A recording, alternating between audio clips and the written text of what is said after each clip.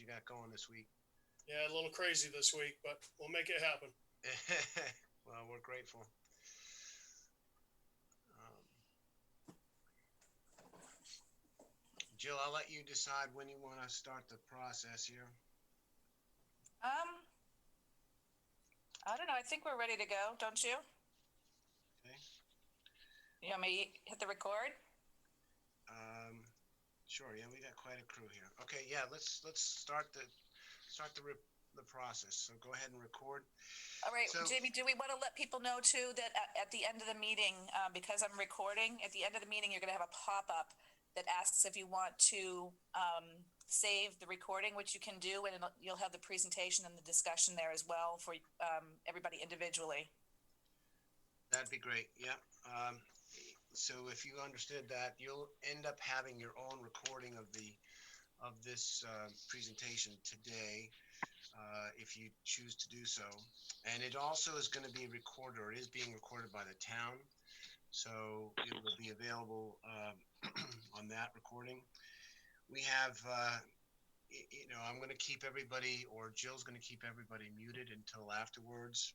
I do want to thank everybody for being here today.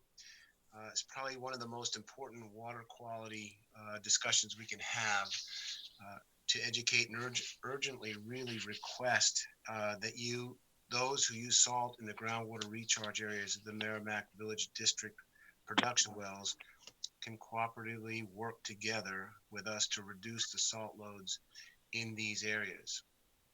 Now, I've worked with the Merrimack Village District for over 25 years as a senior hydrogeologist. We've done exploration and drilling and development of new sources of water supply. We've replaced some of the older sources. We've dealt with sudden emergent contaminants like PFOA and PFAS and 1,4-dioxane and VOCs. But salt contamination has been and continues to be a major concern for the water district and threatens Merrimack's drinking water supplies, plain and simple. We're hoping that today, all of you, or at least some of you, can help us improve the local environment and the water quality of the supplies that we're using. I'm joined today with Ted Deers, who is the Senior Administrator of New Hampshire DES Watershed Management Bureau, and Pierce Rigrod, who is the Supervisor of the Best Management Practices Group to prevent groundwater contamination. We're going to tag team this presentation. I'll start off by explaining where we are today with the groundwater quality, and Ted will discuss in part what we can do to reduce salt load in the watershed management area. And then at the end, we're going to open this up to conversation and questions. And I think Kyle Fox from DPW will provide a little bit of insight on what the town is working on to help this process. So with that said, let me start off with where we're at. The Merrimack Village District relies exclusively on groundwater to supply nearly 1 billion gallons of water annually to over 9,300 connections.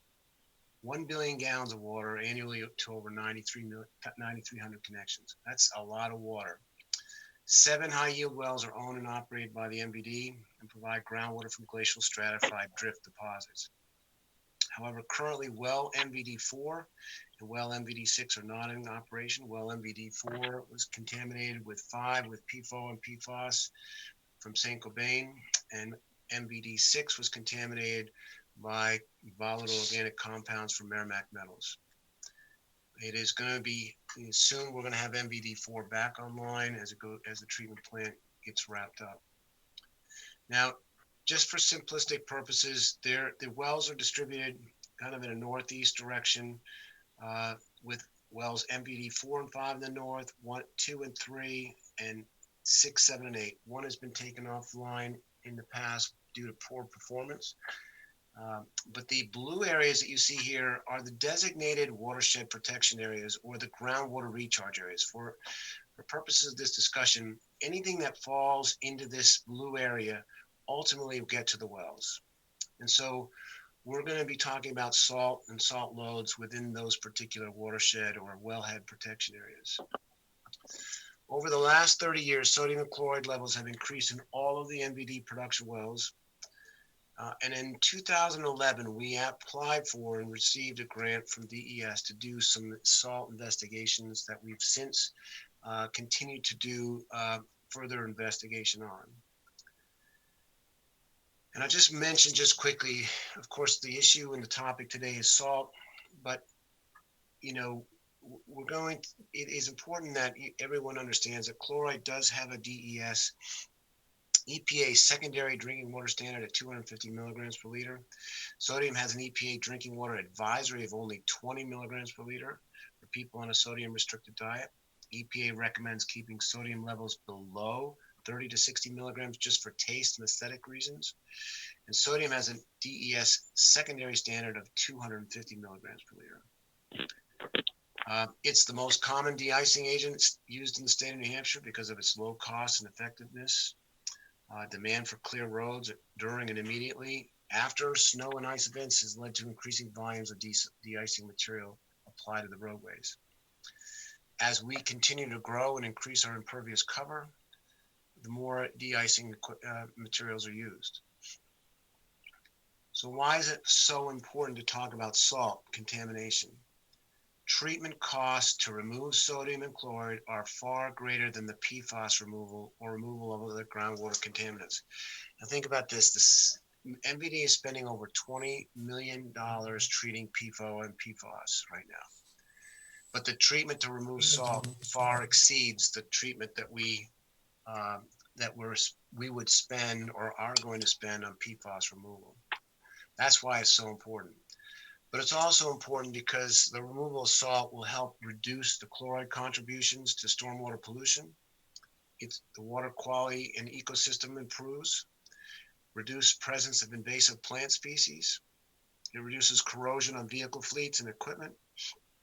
It reduces the damage to highways and bridges. And as Ted will talk a little bit about later, it'll avoid the Clean Air Water Act enforcement, which can be problematic for many. It's the future.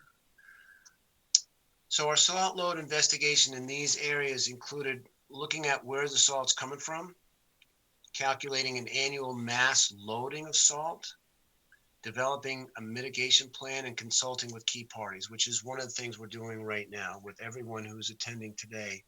We're actually consulting and pleading with those who are using salt in these regions to help us change the culture of what we're doing with salt in these areas. And really, that's what we're trying to do. We're trying to change the culture of salt use. So the salt comes from state, local, and private roads. It comes from parking lots, all businesses that are within the WAPAs that have parking lots and use salt, residential driveways and septic, and to a smaller amount, we get some salt from the atmosphere, from rain.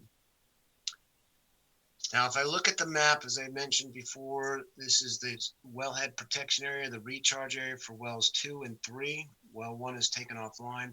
Everything you see in yellow here is the area where salt is applied. So we have parking lots, as you can see through here. We have state roads and we have town roads. So how do we calculate the annual mass loading of salt? You know, what's really nice about salt versus PFOA and PFAS and volatile organic compounds, it's a pretty simple equation. The amount of salt we put into the system, less the salt that leaves the system through stormwater runoff or streams or so forth, leaves what's left in the aquifer. So if we put in more salt than we lose, that's what remains in the aquifer. And if we continue to do that, the salt in the aquifers continue to rise. So we developed a loading model for each WAPA. We prepared GIS maps to illustrate loading. We used available water quality data to identify trends. We evaluated drainage and groundwater flow. We identified key stormwater flow paths and salt transport mechanisms. So what does that mean? So let's look at what's going on here. This again is an aerial photograph of part of the area that we're interested in. This is well 2 again and well 3. Well 3 in 2011 had a sodium level of 94 and a chloride level of 170. In 2019, sodium was 191 and chloride was 379. That actually has increased in part since that time. So we know we're going in the wrong direction. And I'm going to show you some of that information. This is the critical area for well 3. This is the area of total recharge for 2 and 3. And why I bring up the critical area is the area that most impacts this particular well. And if I break down the salt application uses here in this pie diagram, you'll see that local business parking lots within this region make up 56% of the salted area. DOT makes up 39% of the salted area, and the town roads make up about 5.5%. So in reality, the parking lots in this particular well site make up the most difference in how much salt gets added. This is the critical salt load area for wells 4 and 5, and it actually includes the entire wellhead protection area. All the areas in yellow are the areas where we're applying salt. In wells 6, 7, and 8, the ones down in the southwest corner of Merrimack, we have well 6 is here, and that's offline. But well 7, the area that's most definitive in creating the most or providing the most salt load into this aquifer is right here. So how does that look in terms of tonnage? So what we did was go back through the salt balance and found out that the number of tons annually of salt was approximately 282 tons of salt going into this area, and the number of tons is 552 going into the wells 2 and 3 areas.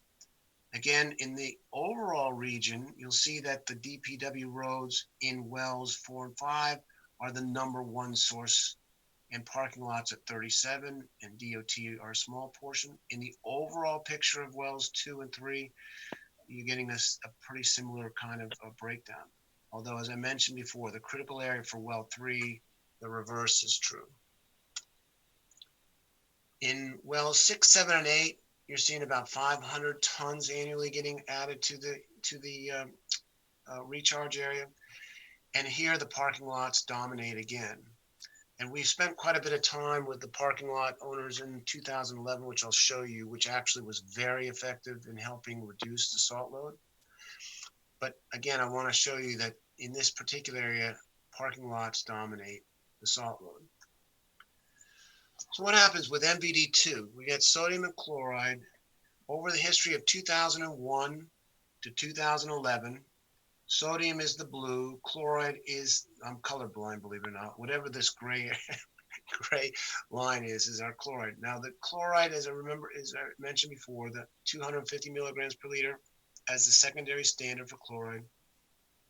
20 is the recommended for those on an advisory low sodium diet. But you see, we've basically stayed pretty stable. Not a lot of growth or increase in the well 2 area for sodium and chloride. When I look at the rates from 1992 to 2011, you'll see an increase in sodium or chloride at 2.99 or about 3 milligrams per liter, and sodium at about 1 milligrams per liter. If I look at 2011, we slightly increased for chloride at 3.54 milligrams per liter, and a little decrease, and then we're having an increase of about 0.91 still of sodium. On well 3, it's a different story. At well 3, you'll see that we have an increase in sodium here. We've seen an increase of chloride from 2001 to 2011. We're at the 250 milligrams per liter recommended, or edging closer to that. What happens between 1992 and 2011? You see that the chloride increases only about 10. Someone needs to be muted. I don't know. Can you mute, Jill? I did. Chloride from 1992 to 2011 increased from about 10 milligrams per liter, and sodium increased about 4. But after 2011, look at the change in the slope. It's substantial. We go from 10 milligrams per liter increase in chloride to 25 milligrams per liter in chloride. Sodium goes from almost 4 to 7.5, 7.6. So clearly from 2011 on, we're seeing a dramatic increase in the contamination levels in MVD3. And you'll see that the chloride S secondary standard is at 250. This is what we've got to change. We've got to change this direction.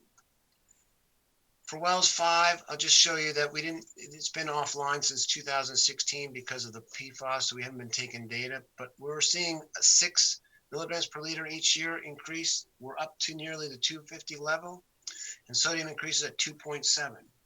We're significantly above that 20, the goal of 20. Now, what happened at well 7? We actually made some differences here, which is really encouraging. We made some changes in 2011. We talked to a lot of the parking lot, the people who were adding salt to the parking lots. They changed their application. As you remember, in my pie diagram, parking lots made up the majority of the salt application in that region.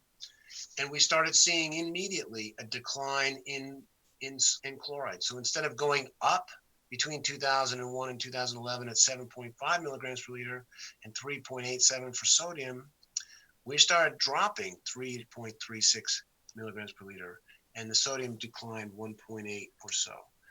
That indicates that what we can do, we are in control of the situation. We are able to make a difference. And so in 7 and 8, you see the same declines. We came up to 2011, and then we dropped off after that. And that's just by adhering to minimizing of salt in those particular areas. Just for comparison, I want to show you, though, from the record, 1992, when we started with well 2, we started with sodium at 14 and 25.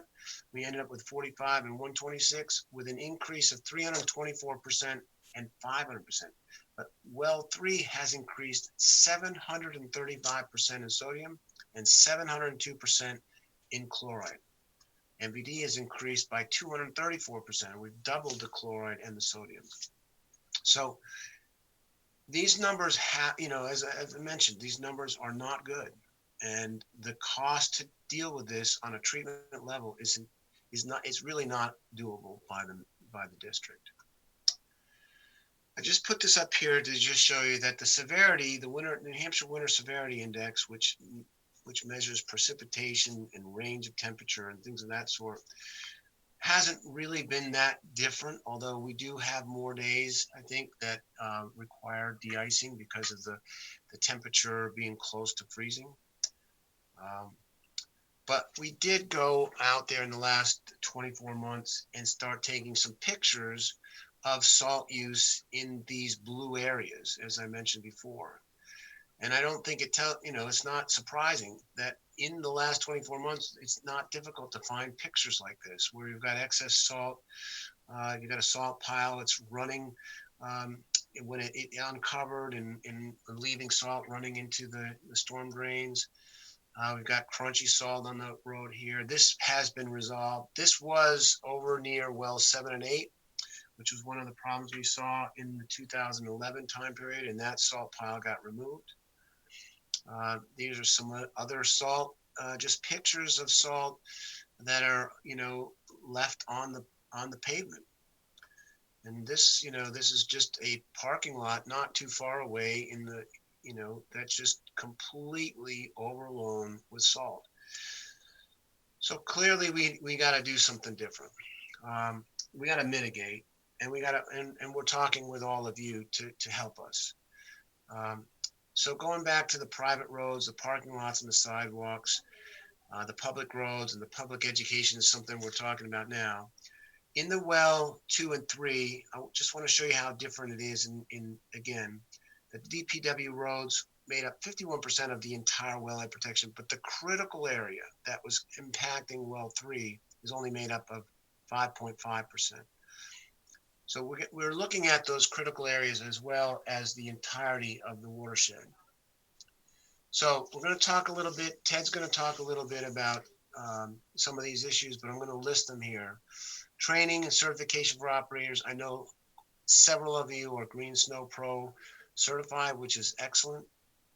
The use of calibrated spreaders at appropriate application rates, pre-wetting and use of brine solutions, which I'm going to mention just quickly, anti-ice products, salt alternatives, record keeping, and record keeping. One of the things that's so important is for people to keep track of the salt they're using to see if they're actually making a difference. That's critical.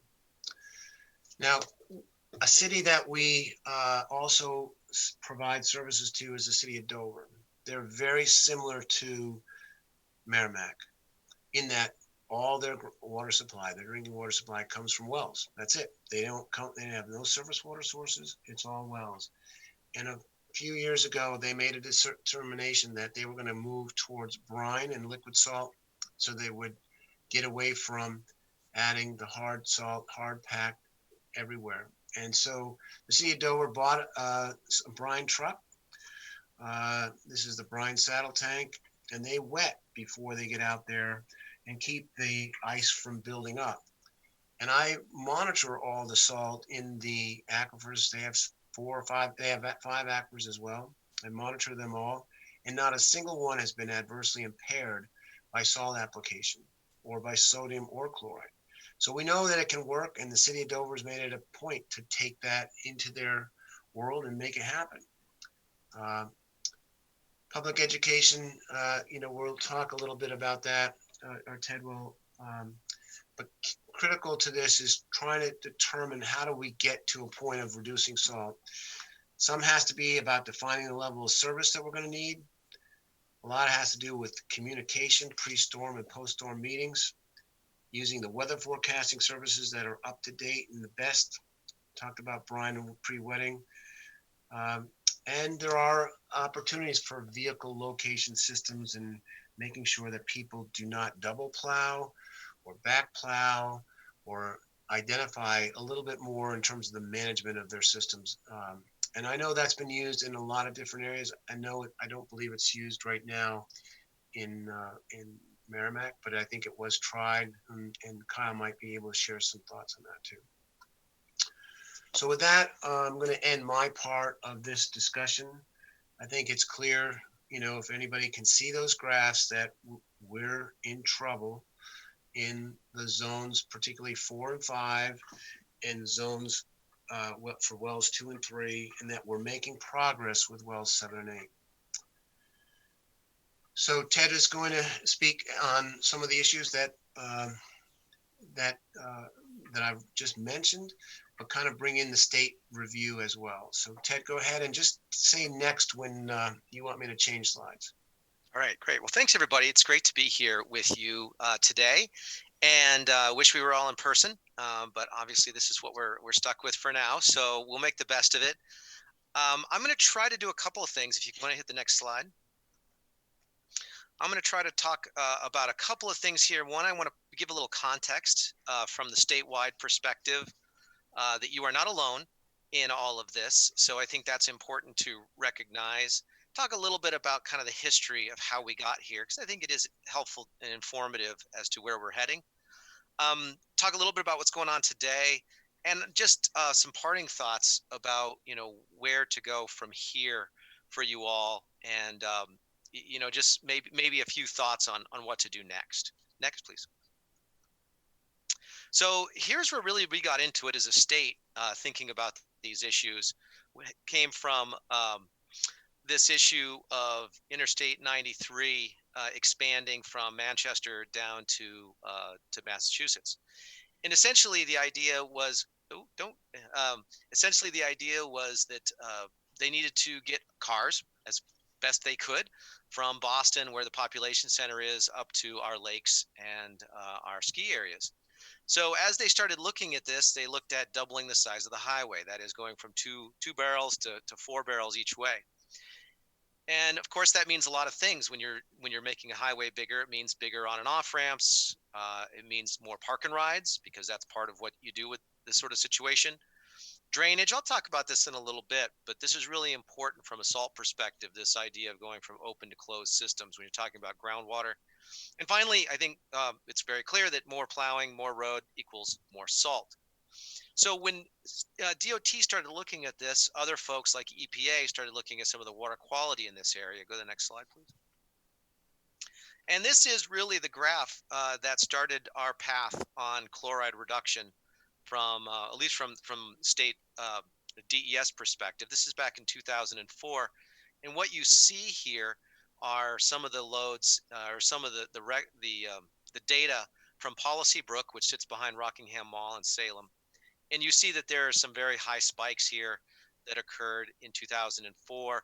Began measuring this, and this is what really identified that, oops, we have a problem here, that if we start adding more salt, we could have a serious issue. So next slide.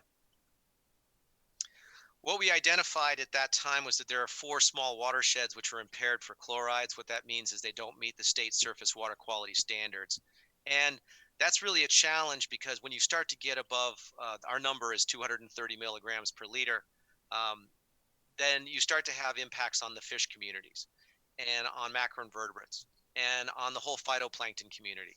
So this has an impact on really aquatic life. It's the fish, it's the other critters that live in these streams that are problematic. Not to mention the other things that Jamie already talked about in terms of bridges and roads and concrete and other things that get impacted, groundwater, which gets impacted.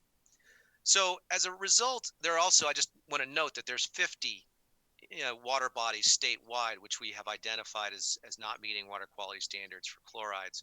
And so that's a challenge here around the state. So for these 4 watersheds, we began to create what's called a TMDL. If you can go on to the next slide. A TMDL is a total maximum daily load, which basically is just a fancy word for a budget. So how much do you need to cut in order to get down to that water quality standard? And I won't go through the minutia of this graph, except to point out one really important thing when it comes to salt and chlorides in New Hampshire. This relates back to fish, is that when you look at the dots there, there are the blue ones. I guess it looks like maybe they're diamonds for Jamie's benefit. That the blue and the green ones there are the summer, and the yellow ones are the fall. So what we actually see is that some of our highest salt numbers are actually in the summer, and that's because all of that salt coming off of the roads, just as it brushes off, as it runs off, as it gets beat up by the traffic, all of that ends up out on the sides of the highways and then into the groundwater. And then it comes out during the lowest flows when the only water that's in those little streams is coming from groundwater. So this is really the issue. And so we identify the cuts that need to be made in salt use in order to meet the state water quality standards. Next.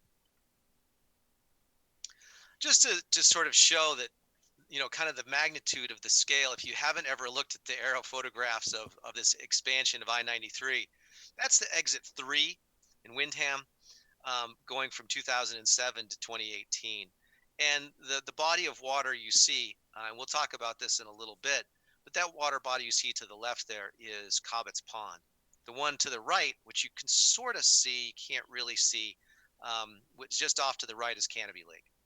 So if you go to the next slide. So DOT in 2007 really embarked on an effort to start reducing salt in that I-93 corridor. And over the years since then, they have identified and they've looked through their data that they've reduced their salt use by about 20%.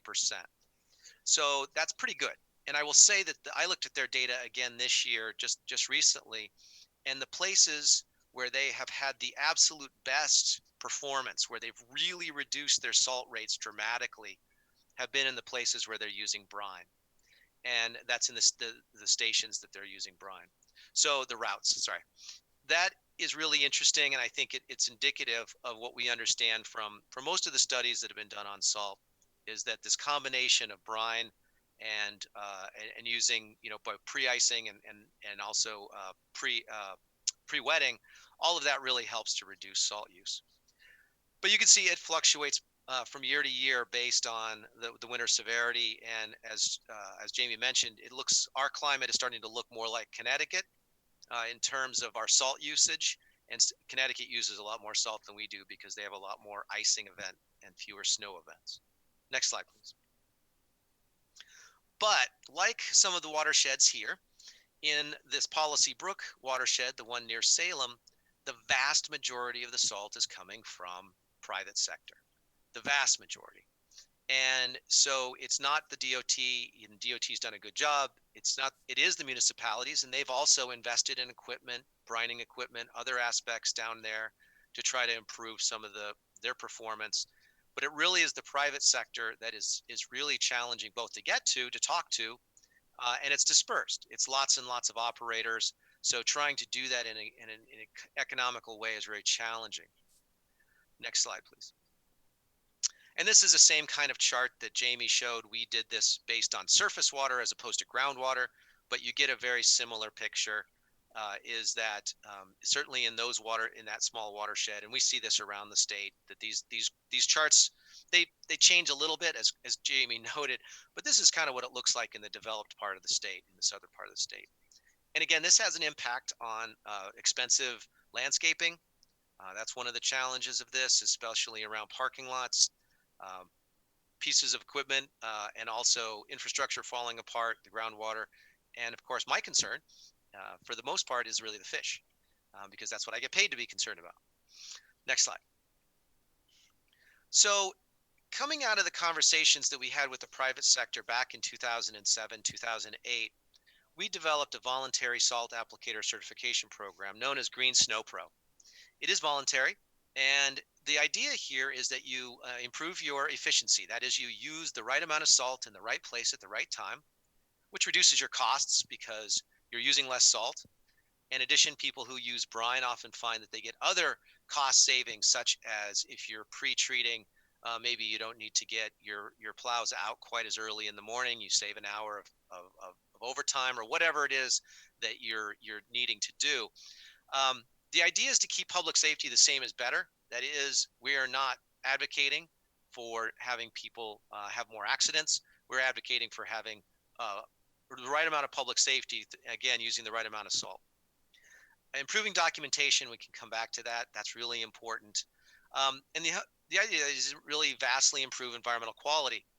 And at the same time, we recognize that one of the reasons why so much salt is used is because of liability concerns. And this came out loud and clear when we started working with the private sector, is that they get sued all the time. I doubt that there's an operator who has any experience more than 10 years in this state who hasn't been probably sued at some point or another. It is rampant. And so what we developed was a limited liability relief. For people who go through our certification program, that is training and some reporting, paperwork and such, then you're granted limited liability relief. It's based on the ski areas, what the ski areas had for limited liability, which is basically assumes that skiing down slopes is dangerous. Well, also so is walking and driving in the wintertime. So if you go through the training and you're not reckless, if you're not negligent, then you get some liability relief. And I will just say, for the folks that are Green Snow Pro certified, you know that this has been a little bit up and down in terms of how the courts have looked at this. And so we are going to be making some changes in the next legislative session, at least we're going to propose some, that will help to strengthen that liability provision. And on to the next slide, please. This is the law. I won't basically say too much about this, except go right on to the next one, because nobody can look at that mumbo jumbo. But just to note some of the highlights out of this is that it applies to a commercial applicator. It also applies to the owner, occupant, or lessee of the land who that operator is working for. So if you are a property manager, this liability relief extends to you. And you won't be liable for damages, except if you're grossly negligent. And what you have to do is, in order to receive this, you have to be certified.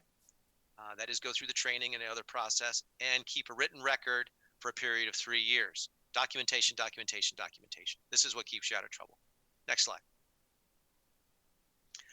Groundwater is a problem. And this is being seen. This is a USGS study that was done back in 2012. This is all being updated right now. I hope that within the next few months we'll have some nice updates for people to look at. But like I said, you are not alone in this problem of groundwater becoming higher and higher salt levels. Next slide. This is the scary one for me. As I look at this, this is all of the data that we have across the entire state for all of our surface waters, all put onto one chart. This is literally hundreds and hundreds of thousands of data points.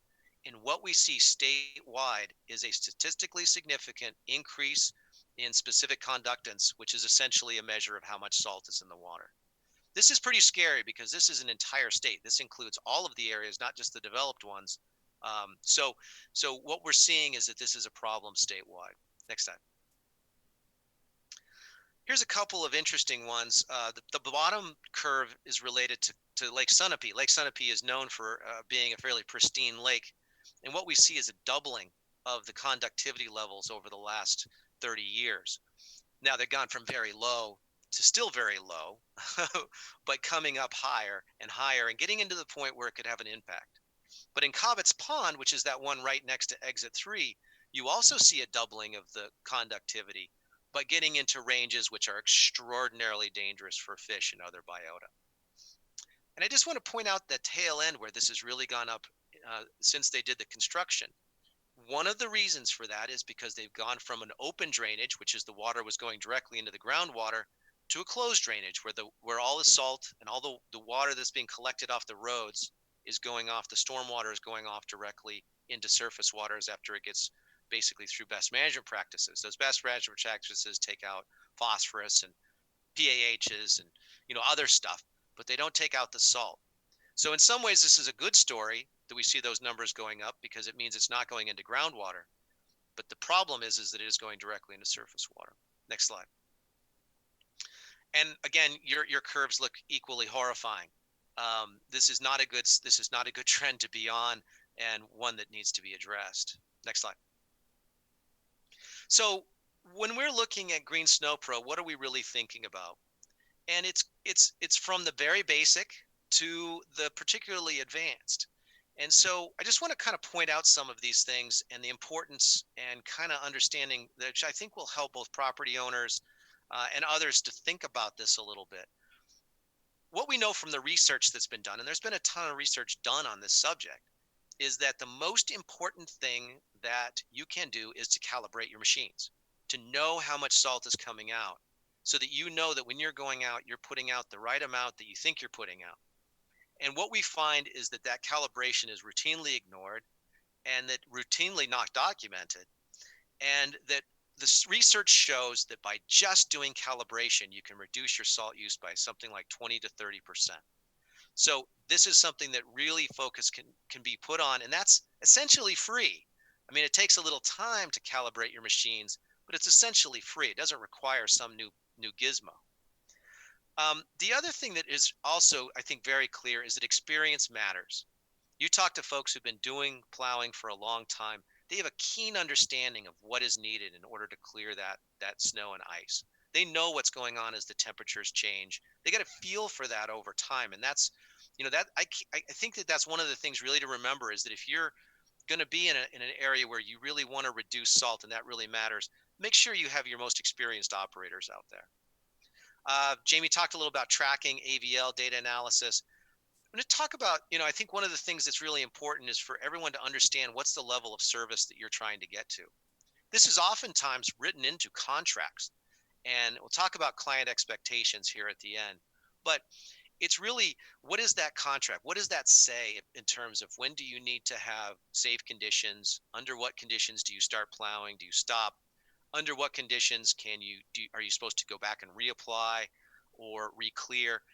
All of these things need to be really, really well thought out and really articulated in your contracts, but they're also need to look back and say, how do I know how much salt got me to these levels of service? That requires data. And some of that data can be anecdotal, that is taking pictures and understanding what you did under certain circumstances, measuring how much salt you use. But there are devices that can really help you to do that. And some of that can be really, really substantial salt savings if you go through that kind of analysis. It also tells you a little bit about which operators know what they're doing and which ones don't. And that can help you as well in training. I want to live edge plows are something that are really, I think, an important investment that people can make. I live in Concord, and Concord had recently invested in live edge plows, which means that instead of having one plow blade that's solid across the whole front of the plow, it's got multiple blades that go up and down independently on springs. And it's just like that Bic razor. If you go get that disposable Bic razor with only one blade or two blades, you get a pretty crappy shave. If you use one of the Mach 5s or whatever it is that has like, 5 or 6 undulating blades, you get nice close shave, and it's because it hugs the contours of your face. So it's the same kind of idea. And I will just tell you from my perspective, from a municipal client or customer perspective, those things are so much quieter going down my street. So that's, I think, an interesting alternative, because remember, this idea of mechanical versus chemical treatment. The only reason you're using salt, or should be using salt, is to keep the ice from adhering to the pavement. It's the plow that does the work. That's what actually gets the ice and snow clear, is the plow. The salt is there to keep it from adhering to the pavement. Because once it's adhered, it's really hard to get off, and that's when you have to really amp up your salt use. So this idea of making sure that what you're doing is your salt is really helping you plow, not the other way around, or helping you to plow less. Brine is really critically important. This has been shown that if you're really going to get salt reductions in the 50 to 60% range, you almost always have to go to liquids. A lot of people are nervous about going to liquids because it's expensive. It's perceived as expensive. The people who've gone whole hog into this, and I know a number of companies around the state who have done this, have the savings that they've had from salt reductions has more than paid for the equipment that they're using for their brine. And so this is really important, and it gets the salt, especially pre-wetting, which gets the salt working. Because remember, if you throw a chunk of rock salt on a piece of ice, it does nothing, absolutely nothing, until it gets into solution. And so it's that salt solution that actually melts the ice.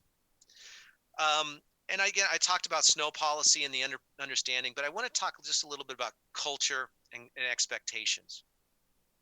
It has been my experience over the last 10 or 15 years, and I think this proves out in the data that we see, is that there is an expectation that we're using more salt.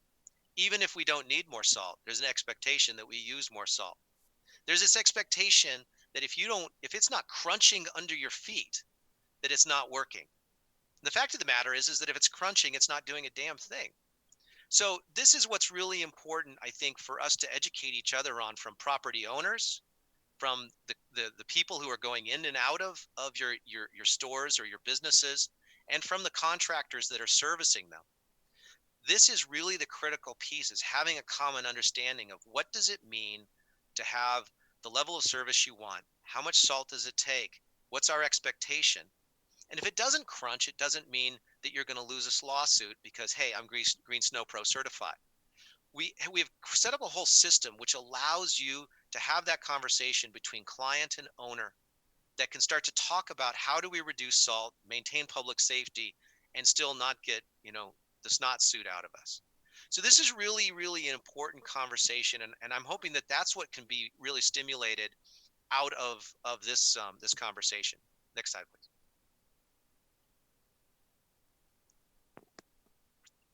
Next slide.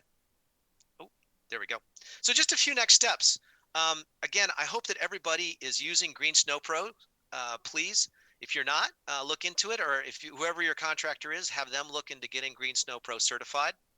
We are proposing legislation in the next legislature, the next session of the legislature, for both a municipal salt program, so a certificate program, a voluntary program for municipalities, as well as some improved liability. So please watch that and potentially support that. Collaborate, although I spelled that very oddly. Look to each other, look to potentially partnerships with the community, potentially maybe even a community brine system, looking at equipment updates, sharing information, and what's working for you all. There are consulting services out there There are winter management systems approaches. One example of that is the SWIM program. It's by WIT Advisors. And what they do is it's sort of a LEED certification for parking lots. It's like a winter LEED certification where you can get gold, silver, bronze based on how you approach winter management. And it looks from all angles, not just the actual mechanics of it, but how are you keeping track? How are you managing your people? All of those kinds of things are really important. I encourage people to look at alternatives and salt alternatives. This is a really growing field, but it's something that is very confusing right now as to what is actually in some of this stuff. One thing I would point out that's things like magnesium chloride and calcium chloride still have a lot of chloride. In fact, magnesium and chloride has twice the chlorides that sodium chloride has, which is rock salt. That's because of the chemical bonds that are in it. So you'd have to reduce if you're using magnesium, that means you need to reduce your sodium chlorides by more than half in order to have exactly the same number of chlorides going in. Sorry, it's the chemistry of it. So, these are some of the things to think about, and whether or not maybe you can use them on parking lots or maybe just sidewalks. Maybe calcium magnesium acetate, CMA, is one thought.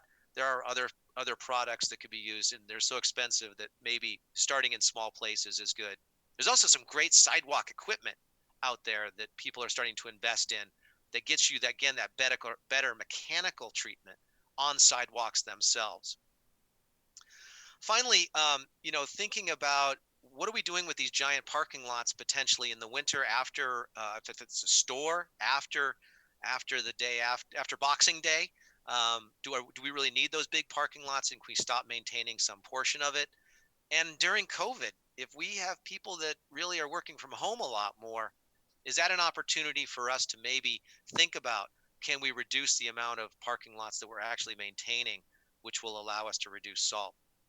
Finally, I think that maybe getting folks together and starting to talk about this problem and starting to talk about the solutions and what can actually be done is a good way forward. And I'd certainly be willing to participate that if people want any help with that. And I guess the last point is just, I'll make it again, is that the idea is not to put people at risk. The idea is not to get people sued. The idea here is to change the culture of salt use so that we can address this problem. So thank you very much, Jamie. I think that was it. Oh, I guess that's the last slide back one, if you can, just so that you know that I'm not casting stones inappropriately out of people that it is our problem too. The view on the right there of the salt drifts in the parking lot, that's from my office window at the state. So I want everybody to understand that we understand that this is a problem that exists across the state and across all sectors, and we really all kind of need to get in this together. So that's it. Thank you. Thanks, Ted. I really appreciate that. It's so helpful. I mean, we're not here to point any fingers. We're really here to try to come up with some kind of solution. And the reality for us is that the data doesn't lie. We all might say to the doctor that we're exercising more, we're eating better, but our blood work comes back and it's still not good. And that happens with salt. Essentially, we can say we're reducing salt use and everything's going well, but when the data comes back from the salt levels in the aquifer and they continue to go up, it tells us that the salt input is still too high. So I wanted to give Kyle Fox just a moment to share, and we have a couple of the board members attending today from the MVD, and I thought maybe Don, if you would just say a word real quick to Don Provencher is the chairman of the MVD Board of Commissioners, who is in charge of the water supply, essentially. In the board is that just to thank people, but also to just make the plea that this is important to the community. Yeah, sure. Thanks, Jamie. I definitely agree with what you said about thanking everybody for coming here and attending this. It's an important thing. We are, it's all voluntary right now. there are some properties in the wellhead protection areas that are grandfathered and don't have any salt restriction requirements. And there are some properties that are newer in wellhead protection areas that do have salt restrictions. But the fact of the matter is, all of those properties, it's very important that we all just apply the minimum amount of salt and look at salt alternatives, because we're all drinking our water, and we don't want to have a situation where we're forced to pay some exorbitant costs in treating the water. There's already been an impact is serious enough for the commissioners to sort of have considered looking at an alternative source. You're probably all well aware there was a couple warrant articles that were approved in 2019, and we are moving forward with putting PFAS treatment on all of our wells. The part of the warrant articles was to treat wells 3 and well 2 with one treatment plant. And we're moving ahead with developing that treatment plant design, and we're going to move forward with it. But we did look at well 3 with the elevated sodium and chloride, and part of the treatment that we would need over there is to remove iron and manganese.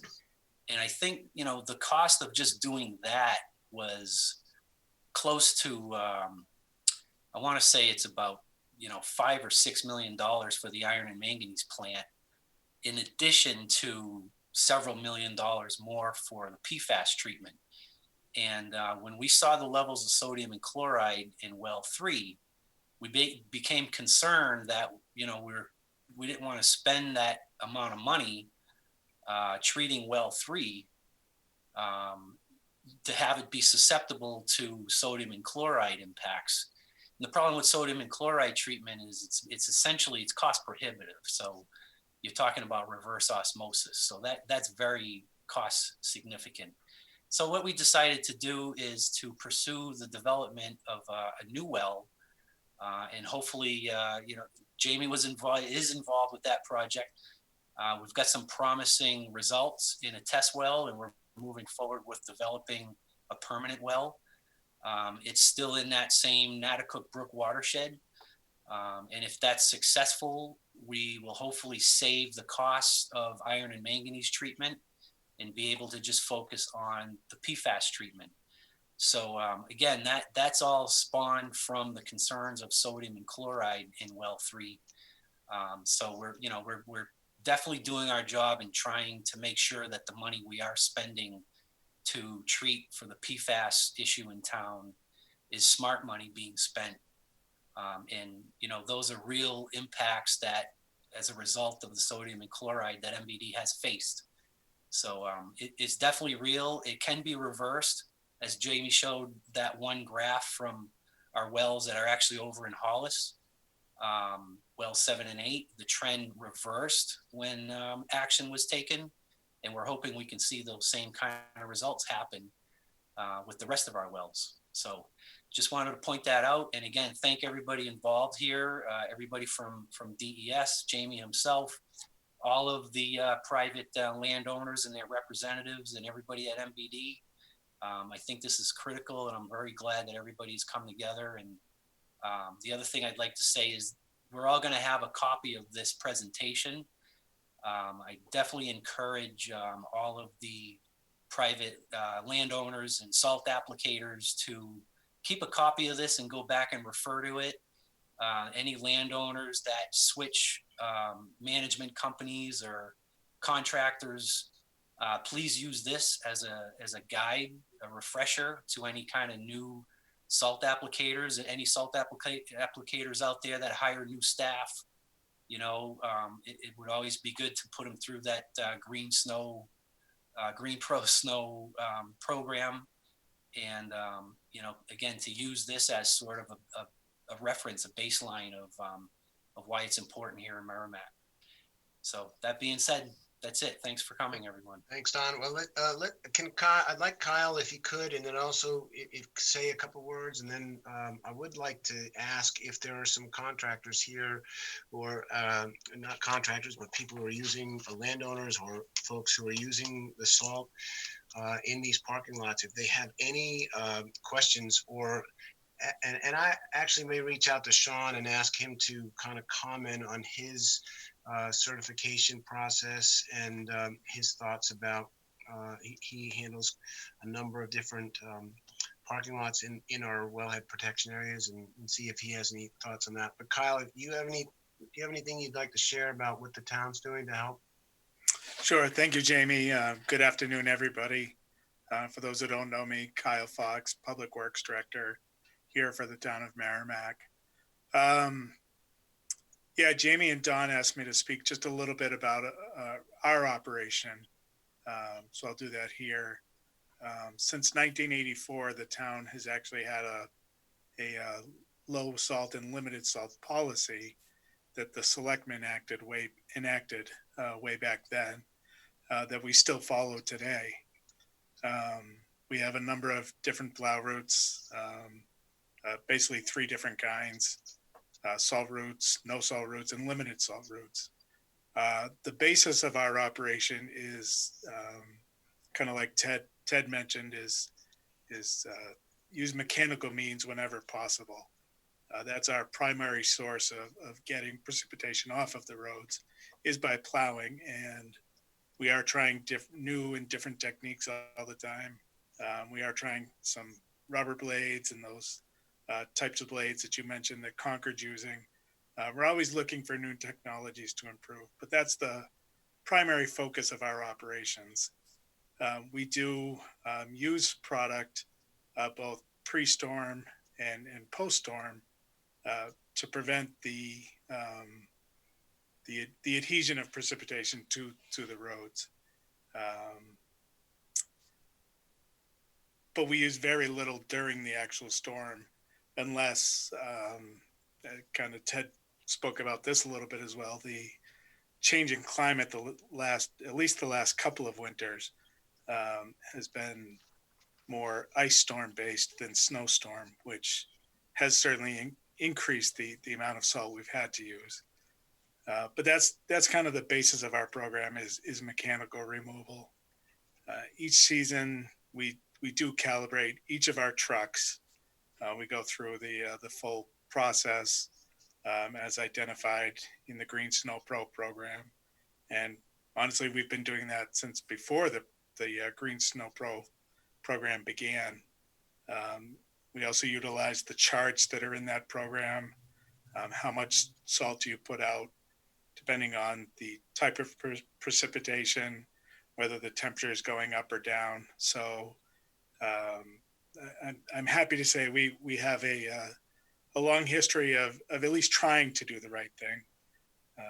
Like anything, we have our challenges and certainly customer expectations and policy expectations don't always quite meet. But our goal is always to reduce salt use whenever we can, both from an environmental standpoint, but also from an economic standpoint. The less material we put out, the more economical our operation is. I guess I would say that any contractors that want to stop by and look at our equipment, we'd love to have you see what we have, see how we do it, share any tips or tricks of the trade that we've learned over the years. Certainly feel free to call the Highway Garage, and Lori would certainly welcome you for a tour of both the garage or the equipment, within COVID restrictions right now, of course. But I guess unless there's any specific questions. Kyle, have you found that with the use of the new techniques that you've been employing over the last couple of years, that your actual salt use has gone down each year? So the last couple of years, and Lori can jump in here if she wants. The last couple of years have been tough to gauge, Jamie. Mhm. because we've primarily had snow and ice events. We haven't had a lot of pure snow events the last 2 winters. So yeah, with the change in the weather, it'll be difficult. I can see how that would be hard to determine. And I think, to be honest with you, one of the things that we really want to come away with today is to make sure that everybody knows that this is this is a high priority to do whatever we can to reduce the salt load, because the equation is simple. It's the salt in minus the salt that flows out equals what's left in the aquifer. And the only part of that equation that we can change is how much we put in. So one of the things I wanted to chat with, and I don't mean to put Sean on the spot here, but he and I spoke a little bit about his desire and his direction with his company is moving towards the use of brine. And I don't know, Sean, if you could just share a couple of thoughts on that, because I know that's a priority that you have focused on your business, and maybe we're encouraging. One of the questions that came up was, where do we get a place to store brine? How do we get to a point where brine can be effectively and cost effectively used? And I don't know, I don't want to put you on the spot, Sean, but if you would be willing to share a couple of thoughts, it'd be great. That's okay. So we're currently working on a brine supplier out of New England. Would be transported into New England. This is a multi-chloride brine that works to negative 15 degrees, which in my opinion takes out my concern with regular sodium brine or salt brine that is only effective to 20, 18, maybe 15 degrees. And that's always been my concern, and why I haven't got on the brine board as of yet was because too many storms, too many events where we're in that 15 to 20 degree area of temperature. So having to go out and pull the trigger and put more salt down because it got too cold, and the ground temperatures are very important in that. So it's just a case of getting things put together. We have made the move towards brine spraying equipment, and we plan on doing as much pre-treating and post-treating with brine as possible and reduce the amount of dry salt, or we use a treated salt product called Magic Salt at this point, which has enabled us to drop our salt usage by up to 50% over the past 15 years. Wow. That's remarkable, actually. I'm actually flabbergasted by the lack of use of treated salt.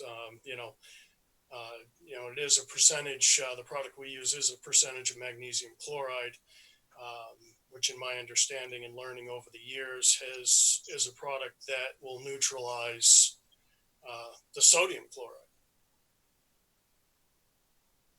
Right. Yeah. And do you think, and I want to open this up to anybody else who's a contractor out there who is working on salting, are there other individuals that are in these groundwater protection areas that, well, one, I'd like to kind of get a sense of how many people are Green Snow Pro certified. I know, Sean, you are, and I'm guessing there are others. But is there anybody else who has any thoughts or questions on how we might be able to take this next step? And, I think Ted brought up a good idea, is that if there's a few people in this group that would be willing to meet on a regular basis to talk about how we can get this culture of salt use changed. I mean, I think we're looking for champions that are willing to say, okay, this is an environmental problem. This is a water quality problem. This is it's an economic problem. Let's get together and make a difference. And maybe we might reach out to people and say, could you possibly be in a group that we could talk, once a month or once every 6 weeks or something to that end, to move towards the direction of change. Because I think that's where we have to be. We can't go another 10 years and see the increased salt load in this groundwater system, or we're going to be buying water from everybody else. The town of Merrimack won't be able to meet their demands if the salt load gets to the point where RO is their only option, because RO is not an option for them from a cost benefit standpoint. And as Don mentioned, they're looking at doing a replacement well at the moment, but that doesn't take away any of the urgency of us to improve. It just gives us a little time to try to get this curve reversed. So with that said, I don't know if there's anybody else out there who has any questions either for me or Ted or Pierce, who's also on the phone, or Jill. Jill, you have a question? Yeah, I just had a quick question. Sean, is there any sort of contractor group that you are part of or anything? So the only group that we're a part of would be the Green Snow Pro certification. This is something that we've taken on ourselves. We've also taken on the dealership of a salt brine application equipment and storage equipment. And I also have, just to put out for everybody, if they're interested in learning more about salt brine and applications and so forth, you mentioned WIT Advisors. Phil Sexton did 10 videos for Ice Master Systems in how salt brine works and the effects of salt brine. And these are all videos that we can make available for you or anybody to learn a little more on this process. Is that something that people can contact you about as well? Yes, yeah. We'll actually, we'll have them up on our website and Facebook page for Granite State De-icing Supply. Does everybody know the name of your company? It's Granite State De-icing Supply. Okay. Yep.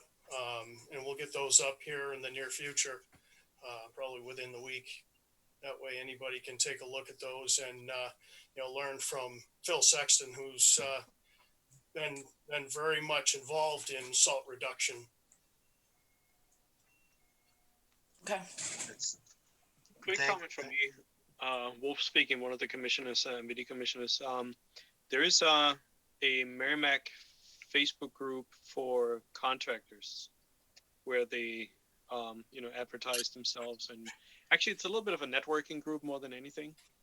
It might be a good idea to make them aware also. A lot of the local snow plowing contractors, building contractors are posting and offering their service there.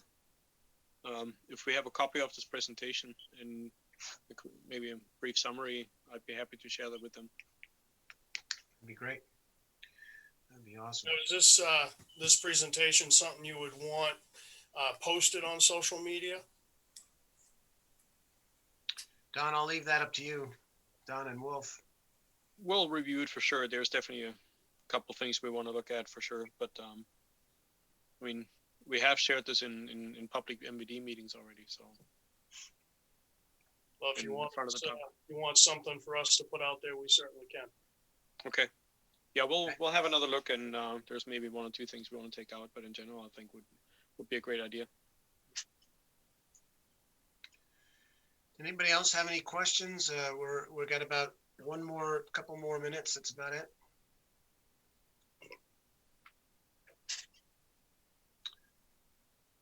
If not, really, as I parrot what Don said, I thank you and Jill and Ron for putting this, working diligently to get this pulled together. And I think it's a step.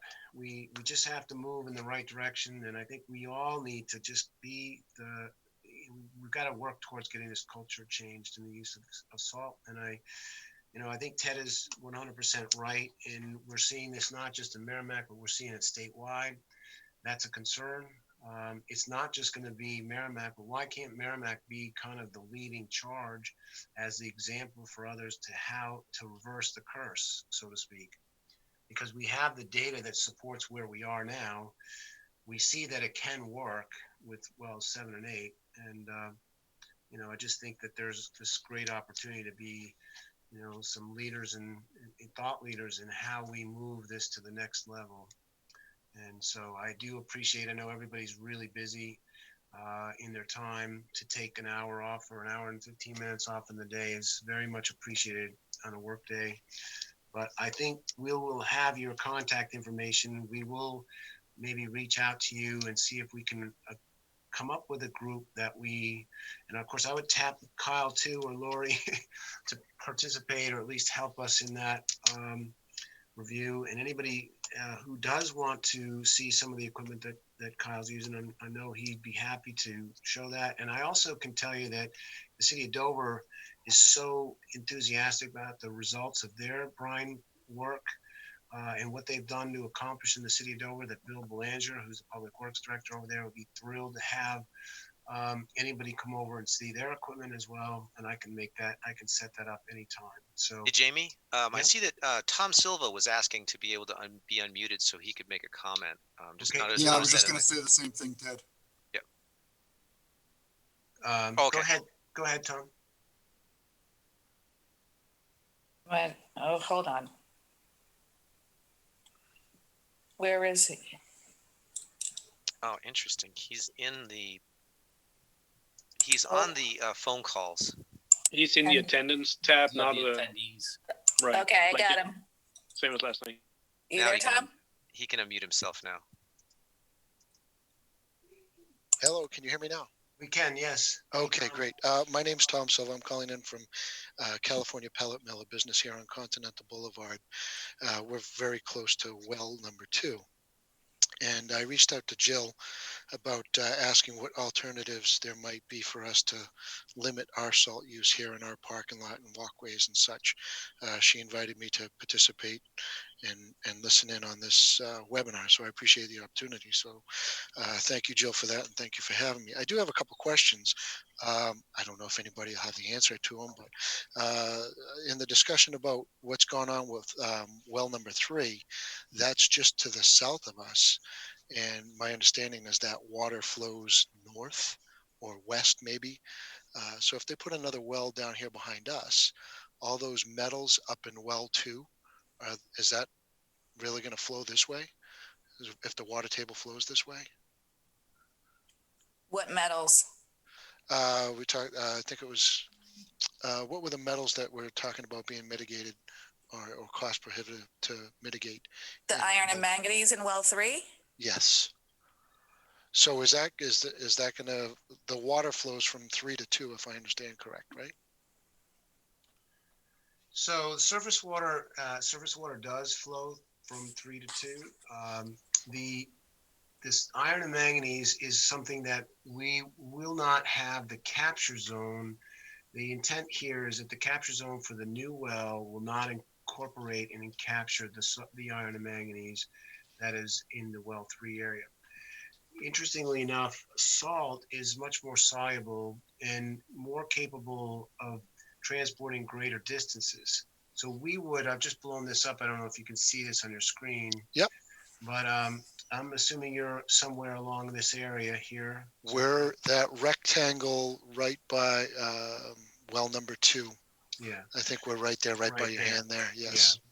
So And I'm also almost a 50-year resident, so I drink this water too. So that's well, and just so you know, well 2 is the workhorse for the Merrimack Village District. That well pumps 1,000 gallons a minute, and has the highest yield and the best quality. So, but to your point, Tom, I think it's a good one. That's been a series, that has been one of the conditions that we've been looking at in terms of developing an alternative source at that point. We believe that we'll be able to develop a source that will not, create this iron and manganese problem, but it's something that's going to that we're going through a testing. We're right now in the beginning phases of the drilling and the testing. And so that is our goal, and we believe that can be done, but that's something that we will have to demonstrate through, pumping tests and things of that sort. so that being said, my follow-up question is, being a business up here right by that well and in the general vicinity of the potential new source, and maybe this is a question Jamie can answer, I'm not sure, or Ted. If you had to pick your poison, is sodium better than calcium? Or like, for example, if we were to look into using sodium formate or sodium acetate, would that be better than calcium chloride? Go ahead, Ted. Go ahead. I can answer. Well, that. I'll start, but I think maybe, Sean, you can jump in on this as well. I mean, this is it's you can't sort of think about these things, I think, as just one versus another. They do different things at different temperatures and have different properties that are important to what you're trying to clear. So, the question is under what conditions do you need to use these? And so, there are conditions such as out in Duluth, Minnesota, there's a big bridge. If you've ever been in Duluth, there's this big metal bridge that kind of goes right around the city. And they use potassium acetate on that bridge because it would be very, very, very, very expensive to ever have to replace that. So they don't want to use any chlorides. They don't want to use magnesium, or they don't want to use, they're using potassium acetate in order to do that, which is, a lot more expensive, but they get really good results out of that. There are other products out there, as Sean mentioned, that there are some things where they, mix a variety of different chemicals in order to get a better mix. And so it comes down to a couple of things. One is, how do you get it down? What are you using? Where does it end up? Where does it drain off to? So I think that this is one of those things where you'd really want to talk with, I think, some professionals about this. And the other thing I think is, sort of what are you salting and what are you worried about? Are you worried about your parking lots? Are you worried about your sidewalks? Do you want to maybe think about your sidewalks differently, potentially getting some sidewalk equipment, maybe starting with some alternatives there? That's oftentimes where people are using some of these alternatives is on their sidewalks. So, I think there's some ways you can talk to your whoever's doing your maintenance about that, and maybe also talk to somebody like Sean or other distributors. You can Jim Moreau is a great contact as well. He's someone who works with New Hampshire Landscape Association president, and he works on, I can't remember the name of his company. It's down in the southern part of the state. What's his company? It's Northeast Landscape and Irrigation. Right. Northeast Landscape and Irrigation. They do a lot of those products. They serve up those. So I think, talking to some of those professionals is really the way to forward. Yeah, Sean, I'll probably reach out to you about this. That sounds good. We can have a good conversation about many products that would help you out. Okay. I would encourage you to take a look at the calcium magnesium acetate, because of its, because of its friendly, in many cases it's environmentally friendly. And so I'm just going to encourage you not to make the answer, but I would like you to at least consider that. Yeah, it's kind of a big concern here because we do have, as I'm sure most people over at MVD, or at least Ron and Jill know, that with anything that runs off of our parking lot goes right down into that aquifer. So right, we want to be responsible members here over at CPM and making sure we're doing the right thing.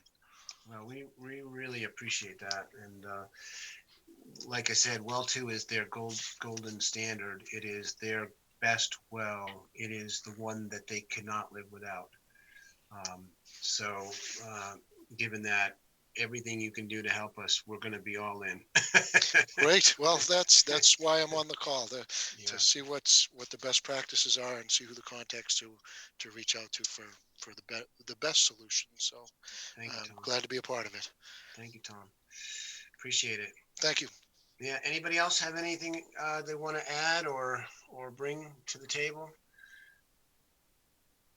If not, I will say, Jill, is there anybody with their hand up? I go. Jamie, maybe a conversation for another day is some of these properties that are grandfathered. Something needs to be done about the amount of salt that are used on their properties. One of our properties that we maintain is grandfathered, but we still follow the same practice of cutting back, we're, up to about 50% right now using magic salt or treated salt. Right, I think Our that's, properties that we see that, after the storm's over, they look like, their parking lot's just peppered with white salt, and it's laying there and just doing nothing, just way overused. yeah, I think that point is well taken, and it's one of the reasons why we were trying to get with the folks that were actually the individuals plowing and salting and so forth, so that we could get some kind of understanding, or at least explain to as many people as we can that just because it's a good point, just because they're grandfather doesn't mean that they're helping the problem, right? Because they're not helping the problem, and we need to move past that, and in this case, make the change regardless. And so your point's well taken, Sean. I think this is something we've got to focus a little bit more on, approaching each individual group. I know there's some sensitivity in town that approaching businesses is not necessarily what everybody wants to see us do.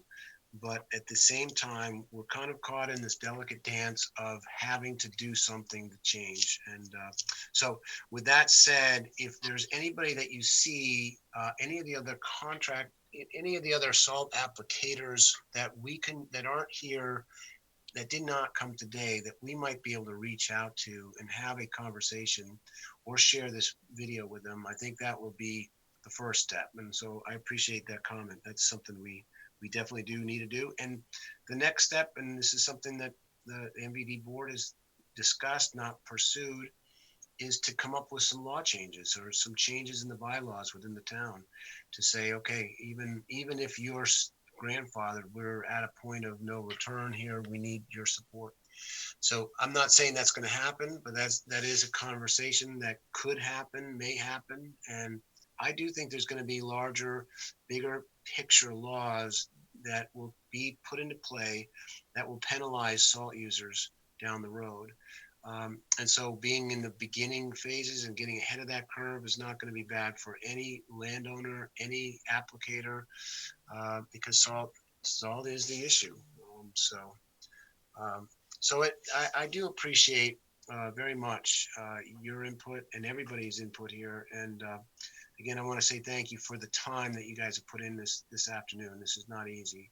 And Ted and Pierce, thank you for your prep. I appreciate you being a part of this and being a partner. The DES is definitely a partner in this with us. They're supporting us. They're behind us. They're got our back. They're going to be a big contributor to the overall solution. And having them part of this is important. So again, thanks, Wolf and Don, for being a part from the MVD board, and Jill and Ron for doing all the hard work to get things pulled together. So with that, I'll say goodbye and thank you very much. We will be in touch. All right. Thank you. Thanks, everybody. Thank you.